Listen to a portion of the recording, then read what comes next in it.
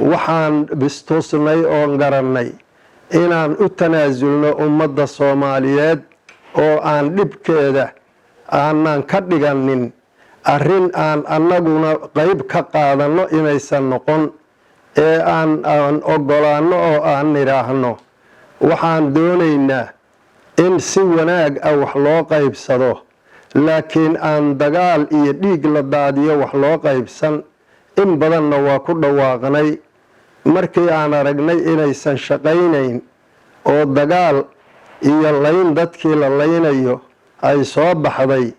intii aan qayb ka noqon lahayn waxaan nidhi qayb ka noqon mayno dagaalka noocaas ah waxaan rabnaa marka in aan caddayno halkaan ka caddayno ahlu sunna wal jamaaca wax laga tanaasuli karo ma ahan waa caqiidada dhan oo islaamka lagamana tanaasuli karo laakiin wax alla wixii kale oo dhan waa laga tanaasuli karaa markaa waxaan jeclaysanay dhibka markaa ummaddu ku jirto bal in si looga baxo in la helo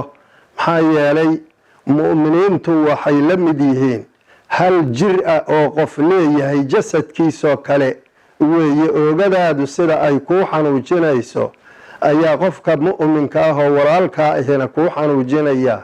marka xanuunkaasna wada qabanahaya daraaddeed ayaan waxaan jeclaysanay dhib wax u keenahaya inaanan ka qayb qaadan arrintaas marka sidaasoo ay tahay wax ahlu sunna wal jamaaca la yidhaahdana wax laga tanaasulay iyo wax laga tanaasulayo midna ma ahan laakiin wixii dhib ummadda u keenaya unbaa laga tanaasulaa ayadaas unbaan tanaasulkanagu uu ahaa ee wax kaleeto ma ahayn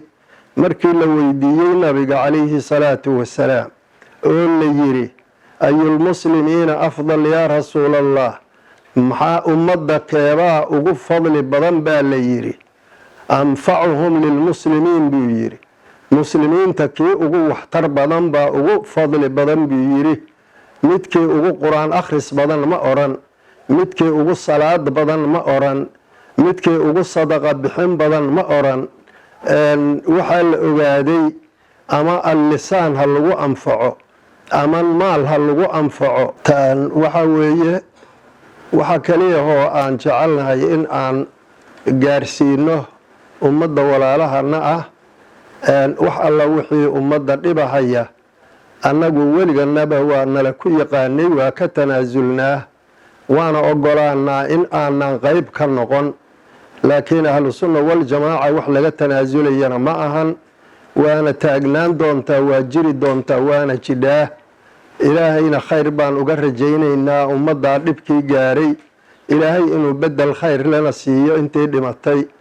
intii dhib gaarayna ilaahay uu daaweeyo intii dhibaato kaleeto la kulantana ilaahay dhibta ka qaado khayr baanaan idiin rajaynaynaa wasalaamu calaykum waraxmatullaahi wabarakaatu